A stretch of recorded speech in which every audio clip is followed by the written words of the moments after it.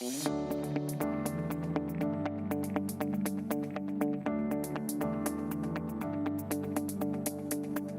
in Module 2, we talked about a key concept from the definition of social role valorization that we can use to guide our actions. And that was the idea of valued social roles. In this module, we're going to continue on looking at one specific part of the definition of social role valorization, and that is mitigating some of the experiences people have that puts them at value risk. And so we're going to focus in this module on understanding devaluation. Going back again to the definition of social role valorization, we talked about, the enablement, establishment, enhancement, maintenance, and or defense of valued social roles. And now we're going to look at thinking about the importance of valued social roles, particularly for people who are at value risk. So what do we mean by value risk? We talk a lot about bias these days, which I'm glad that we do. And we talk about implicit as well as explicit bias. And we know that bias, when people are on the receiving end of it, causes people to be vulnerable to being cast into a devalued societal status. And that may be a word that you haven't thought of or used much, so I'd like to define for you, at least for the scope of this presentation and the ideas we're sharing with you, what do we mean by devaluation?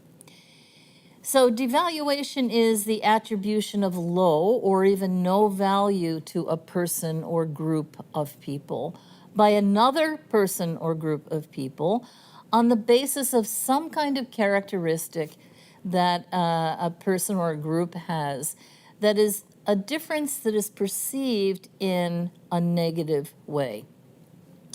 And so, for example, when you live with different kinds of disabilities within our culture, that's a difference from other people, which is viewed in a negative way. For example, I'll just speak of my daughter. My daughter lives with Down syndrome. Now, that's a difference from a lot of people in our society, and it's a difference that in the eyes of many people is seen in a negative way. I'm not saying you would view Down syndrome in that way, but many people do. And hence, that then causes the person who lives with Down syndrome or has Down syndrome to be seen, perceived, and treated in a more negative way or devalued, being seen as less than, not as worthwhile as, and so forth. Again, going to the educational experience of my daughter, some years when she was in high school and also in middle school, the teachers would say to me, well, your daughter's really not going to be able to learn that much, so we'll just give her some things, to keep her busy. As if her education wasn't as equally important as the education of the other students within the class. It's a hard thing for us to think about, but actually in our society, there are numbers of groups of people who might experience devaluation and be thrust into a devalued status. So people of color have been talking about this and bringing this issue to the fore recently in a very powerful way. People who immigrate here from other countries, people who are homeless, people who are struggling with addiction, people who have impairments within their bodies and minds. And these would just be some examples of people who are devalued in our society. Now, once you're devalued, okay, and we're going to talk a little bit about the process of devaluation, and we're also going to talk about what are your experiences likely to be if you are devalued. So the universal consequences of devaluation, well, first of all, as I've said, society devalues certain qualities and conditions. And then there are a number of consequences of that devaluation. The first one being that people who are perceived as being identified with a quality or characteristic that is devalued then become, as I've said, devalued, and their identity, and this is important, gets reduced to that of the impairment. So much so that sometimes people are literally referred to by their condition. So, again, in our daughter's life, there have been situations where literally our daughter was referred to as a Downs. And of course, we have to remind people this is our daughter Mary, not a Downs. And then, along with, thinking about reducing Mary's identity to that of, quote, being a Down, there are all kinds of assumptions about what Mary can and can't do, and where she can and cannot go, and where she belongs and where she doesn't belong, and so on and so forth. And so, throughout her education, she had the experience of people embracing her as she was fully included, but at the same time, there were people who really believed the best place for Mary would be to have been put apart and away in special education classes. And when we would try to talk to them, and Mary would try to talk to them about how she loved being in regular classes with the support she needed in order to learn, and how that was much better for her, they oftentimes had a very hard time hearing it because they had these preconceived and very set ideas about and assumptions about what Mary could and couldn't do, etc. Now, these, of course, can have devastating, some of these assumptions about people can have devastating impacts in people's lives. If people end up, being put apart and away, for example, based on assumptions like that, or excluded from participating in all kinds of typical life experiences. And I want to say to you that it is a very high likelihood that the students that are attending inclusive post-secondary education would have had previously, before coming to university or college, all kinds of experiences like that. And it's important to be aware of these kinds of experiences because they can happen anywhere, anytime, even with the best of intentions. Once you're aware of it, you can be thinking about looking at the programs that you work in and making sure that people are valued and in those valued roles, and having all kinds of opportunities that are what is offered to, the same kinds of opportunities that are offered to the other students. I think of a subtle example of, some of the assumptions that people might hold, even unconsciously, when a professor, this is another student that I was aware of who was attending university, and this is a political science class, and the students were given an assignment, and the professor just assumed that the student who was in the class with intellectual disabilities would be unable to do the assignment, and went up to the student and said, "You're excused from this assignment. You don't have to do it." Now, that was an assumption. And of course, the student could do the assignment with adaptations and modifications, or maybe some other kinds of support. And the professor wasn't, trying to be negative.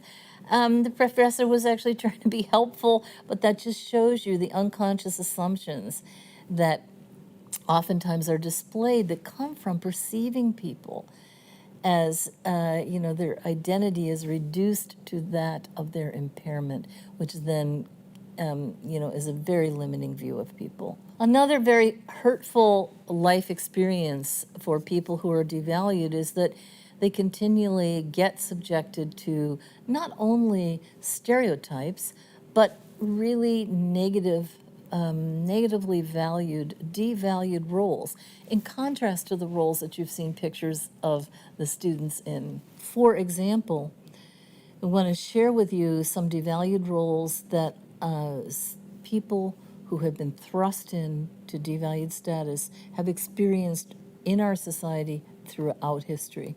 The first one would be being seen as different, strange, odd, or maybe even dangerous. So, for example, I was on another university campus one time, and there was a young man with autism on campus and attending classes. And he had some unusual ways of expressing himself. And sometimes he would make loud noises that would be a little bit startling, but, it was just part of his identity. And sometimes, he would be talking to himself as he was walking through campus. And those are, harmless kinds of things to do, but it was just enough of a difference that he started to be perceived by other students, by other people at the university, administrators and faculty and so forth, as being not only different, but odd and strange.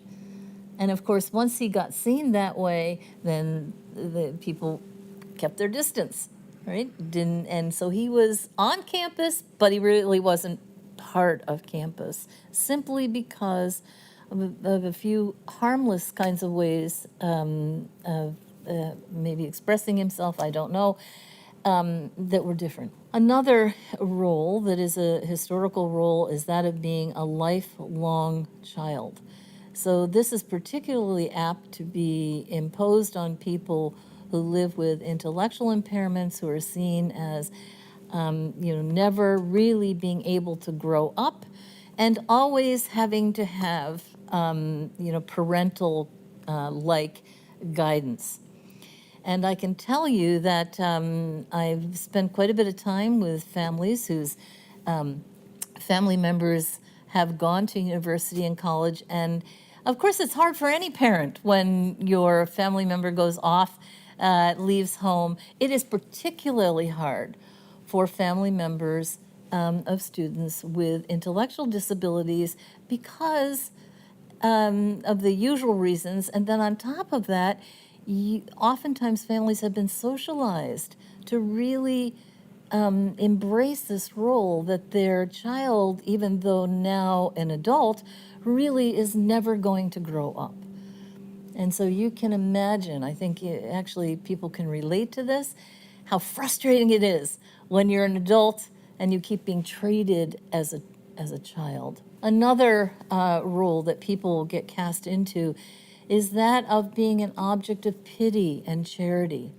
And so how many times have you seen this in our culture where different groups of people who are devalued are pitied and are objects of other people's charity? So I think about some of the fundraisers, that I've seen for different groups of devalued, marginalized people. They're all based on the idea of pity, not on the idea of, right and deserving to be treated as a full citizen. Another very powerful role that people have been cast into that has devastating consequences is that of being a burden. And so I do remember, and I've heard many stories like this, that when our daughter went to first grade and she was in a regular school and she was in a regular first grade classroom, that the principal said to us, "Are you sure that this is what you want? Because I'm concerned that Mary's presence in the class will take the time away from the teacher that she should be spending on the other students in the class." So that was an example of where my daughter was viewed as a burden. And of course, there were people who could assist, and that wasn't true anyway. Mary, fully engages and participates. But behind that is the idea of burden. And honestly, in inclusive post-secondary initiatives, we've also heard the same thing from some professors. Not all professors, but some professors who said, well, I've never done this before. I'm wondering, is it going to be a burden to the other students to have this student in the class? It may be a burden on me as a professor, and so forth. And I think, again, I'm not being critical of people. We've grown up in a society where we've learned these kinds of stereotypes without even knowing we've learned them. But I want to look at things from the perspective of people who are on the receiving end of it. So whether or not my daughter heard that comment, it would be hurtful in terms of her education. Whether or not the student heard the professor say that, it would still be hurtful in terms of the limiting of the person's education. Another role that people are put into is that of being trivial. And so over and over again, I have seen this in the evaluations that I've done of education programs for children from kindergarten through grade 12 in special education. And of course, there's some wonderful special education supports that have, done a great job of helping students to learn and grow and develop in the context of their schools and regular classes. But then I have also seen a number of practices where students are really not learning that much. They're working on the same thing that they had, in high school that they've been working on since they were in elementary school. And it is as if their time is not valuable and important. It's just kind of trivial. Let's just kind of keep people busy. And worse, I've seen that same thing happen in programs for young people after school. And so we have found in inclusive post-secondary education that sometimes, because the expectations have been so low for people, they haven't had the opportunity to learn the skills, the competencies to move into university easily. And so they need assistance and support, right, to respond to the higher expectations that are being placed on them that they never had when they were in high school. And lastly, is that, people will be in the role of a dependent lifelong client. This is a very powerful role and role stereotype that, despite the fact that many people now with disabilities have very full lives, are contributing members of the society, are earning money, are supporting themselves, still this is a very prevalent kind of stereotype that is out there, and sometimes it's actually encouraged. And so when we encourage people to be in the role of client, what are they going to be? A client. We respond to what is expected of us. So if you look at this picture, you read the title, okay? There, Lancaster Sunday News, a special place for kids, a place to relate. Well, first of all, if you look at that picture, you see the young man there. He is not a child. He is a young adult, and it's easy to tell that. And he is pictured holding on to the legs of another person. Now, how old are people when they hold on to the legs of another person like that? You're usually young, like 1, maybe 2 years old, right? I think of my son that, in the beginning of his young adult life, my son would never be holding on to the legs of somebody in that way. And so powerfully, picture's worth 1,000 words, puts this young man into the stereotype of being a lifelong child. You also get the image that he's different. He's different from other people his age. And a bit odd, it's a bit odd. And then some people might look at this picture and say, oh, that poor man, what a shame that he lives with, or he has this kind of disability. Other people might look at that picture and say, oh, this young man, what a burden he must be, to the people who are working at that camp. So you can see, that in this one picture, we can see the major role stereotypes reflected. And here's another picture I want to show you. Now, these are all current pictures. This is a current picture of a day program which exists to this day for young people who have finished high school, who came out of the special education program. So here are these 2 young, very vital looking guys. And what are they doing?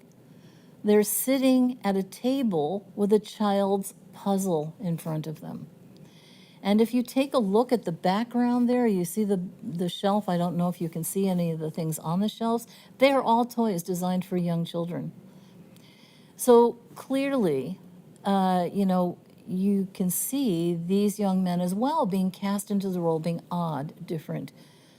You think about a young person who was not in that day program, maybe one of the people who's, going to university at Millersville, walking into this program and seeing those two young men. They might be the same age as those young men, but what are they going to think about them? Well, this is kind of strange. I would never be sitting here, with all these childish games and toys and so forth. So they're put into that role of being odd, being different, being a lifelong child, being a dependent client, okay, being a burden of charity on the society, and so on and so forth. And so to conclude, when we're thinking about these role stereotypes, the experience of role stereotypes and its impact on people, they make people vulnerable to dependency, poverty, poor self-image, lack of belonging, loss of autonomy.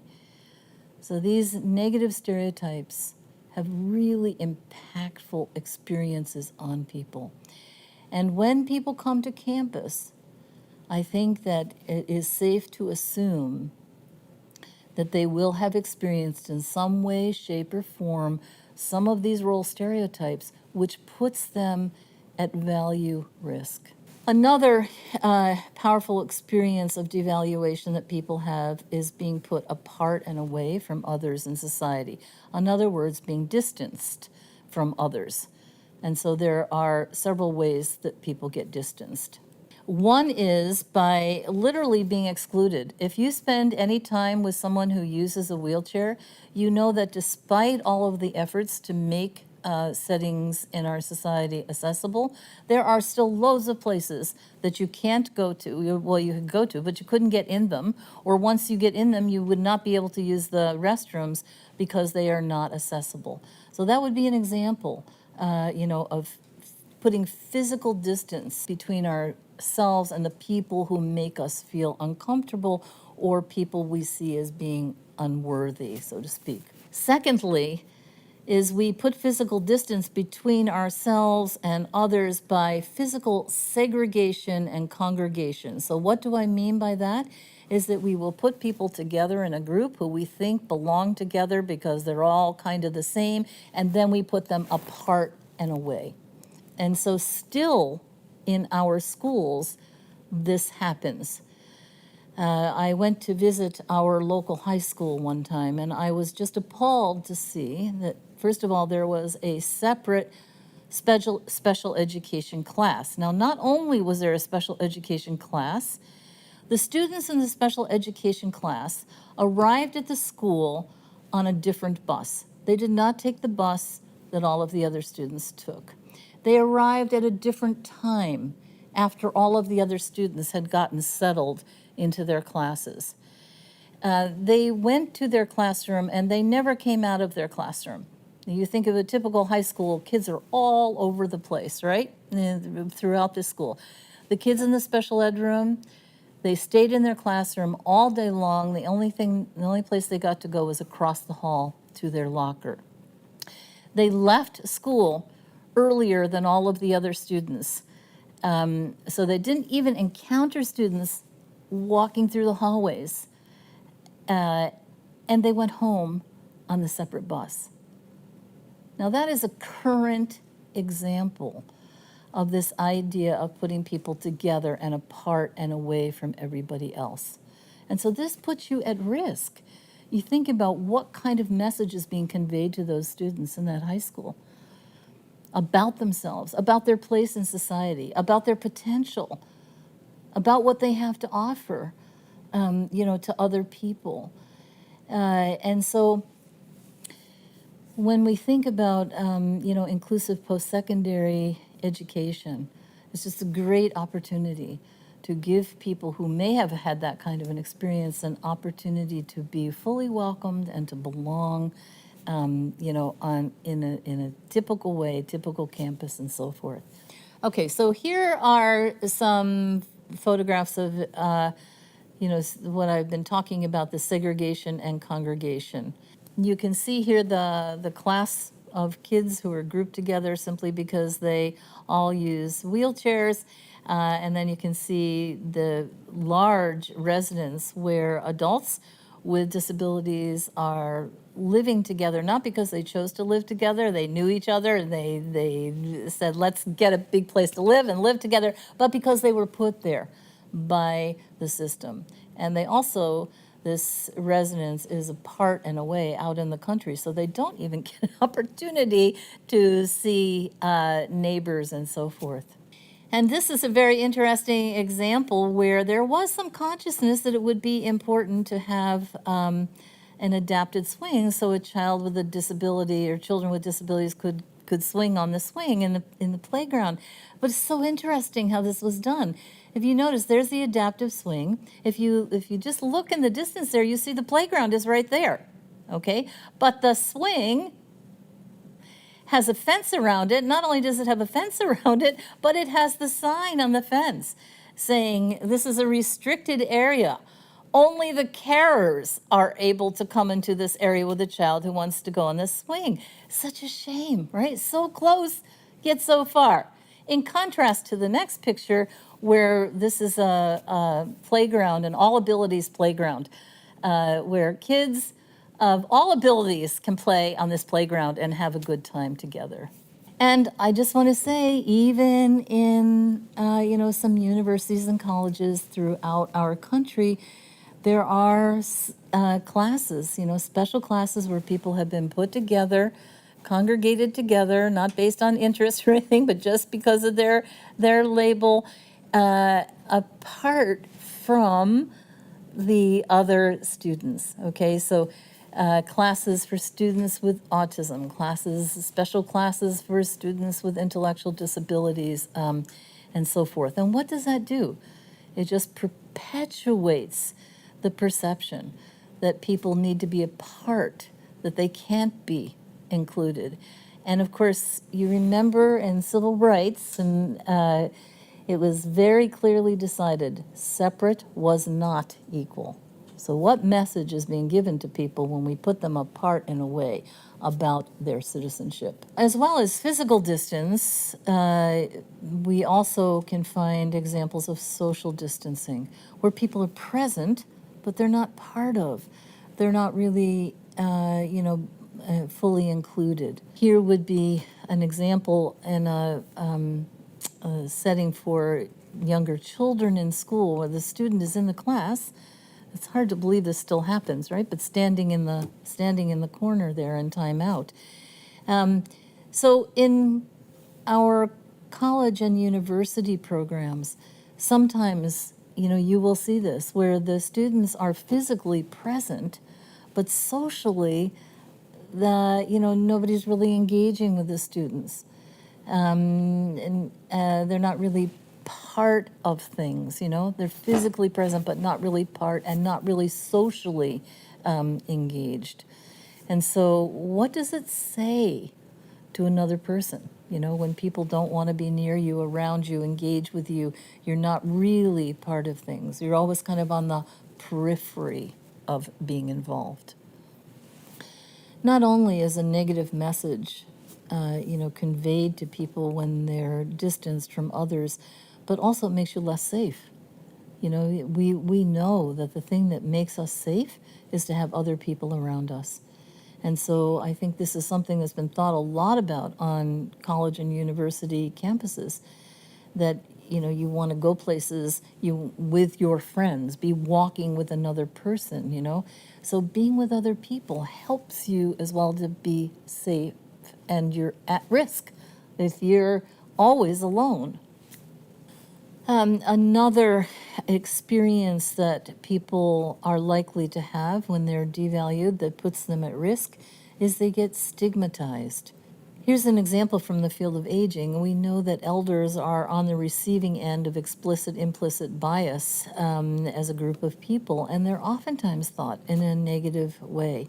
So if you look at this slide, there you see, rest home, so is a nursing home, and where is it located? It's located on a dead end.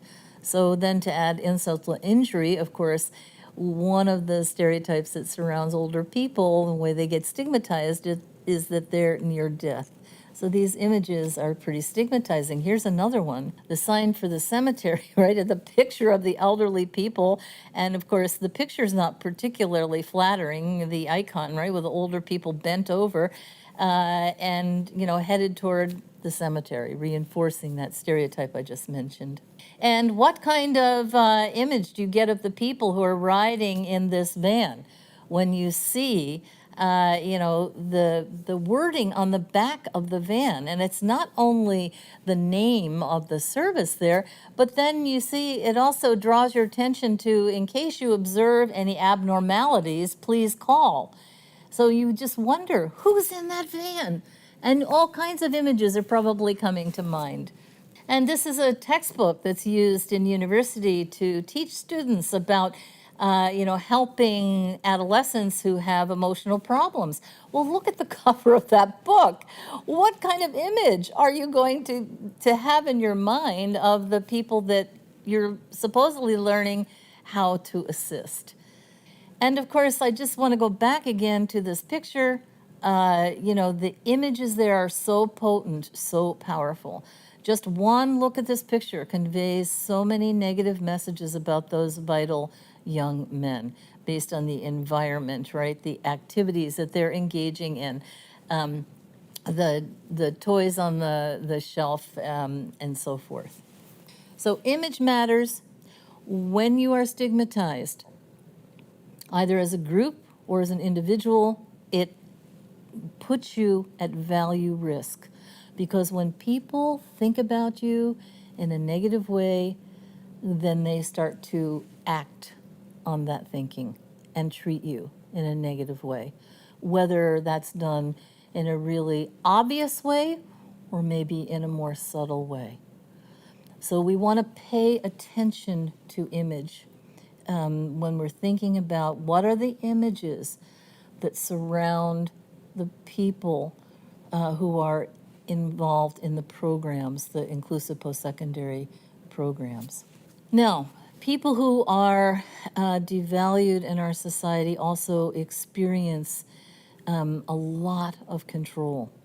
And this would be very true with people who live with a disability.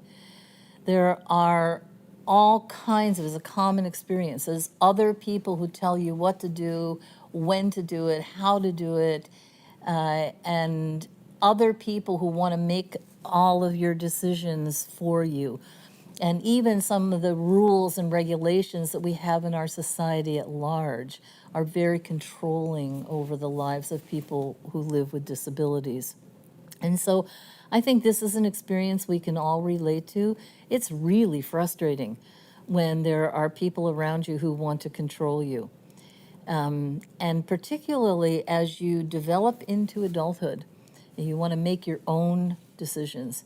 This is something that I think we need to be aware of, that there will be students who, are participating in the programs who in fact have experienced a lot of control. If you have experienced a lot of control in your life, what might be some of your reactions to that? One might, you might be very angry, and you might be doing your very best to try to exert control, and sometimes you might do that in a way that wasn't the most mindful way. You may be, quite frustrated. Secondly, you may become passive.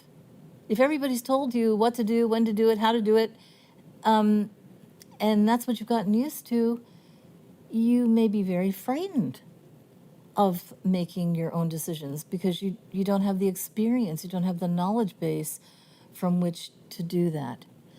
So we need to really think about this when we're supporting students in our initiatives, that this might be an experience that we want to really help students to make more decisions, to exercise that autonomy, as I was talking about earlier, with some safety nets if people are going to make some unwise decisions. But when I think about university, college, going to technical school, a big part of that is learning how to make those decisions and being able to make mistakes within a safety net. And so that is an important thing to think about, that people are at risk because they're devalued of having been controlled and not having had the opportunity to develop those competencies, and that can continue through your post-secondary education if we don't pay attention to it. Now, all of these experiences that we've talked about can be thought of as individual experiences. They could also be thought of as adding up, in summary, to this experience of having your life wasted. So, if you're cast into those negative roles, if your identity is reduced to that of being an impairment, if you are stigmatized, and if you're controlled, et cetera, that leads up to the wasting of a life. The wasting of a life is a horrible thing. And this is one of the reasons I'm so passionate about inclusive post-secondary education, because it's the exact opposite of life wasting. It's life-giving, life-fulfilling, life realization, if there is such a thing as that, realizing your life and your place in the world.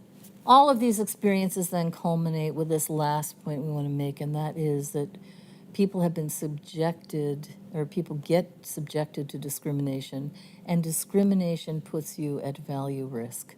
And we can assume that the students who are involved in institutions of higher learning will have experienced some discrimination. And we know that there is a lot of discrimination in our society of many different groups of people and individuals within those groups. And I think that we can be certain that the students who come to us in inclusive post-secondary education will have experienced some discrimination. And to recognize that, be conscious of that, is, I think, an important thing to do. And to realize that actually coming to university or college is a great way to deal with the impacts of the discrimination. You'll have a chance to meet other people who've also dealt with discrimination, and to join together with them and to figure out how to overcome it, how to give voice to it, and how to rise above some of those experiences that you've had of discrimination, and to move forward in your life. So thank you very much, and in the next module we will move forward with the last part of the social role valorization definition that's very helpful in terms of guiding our actions in inclusive post-secondary education.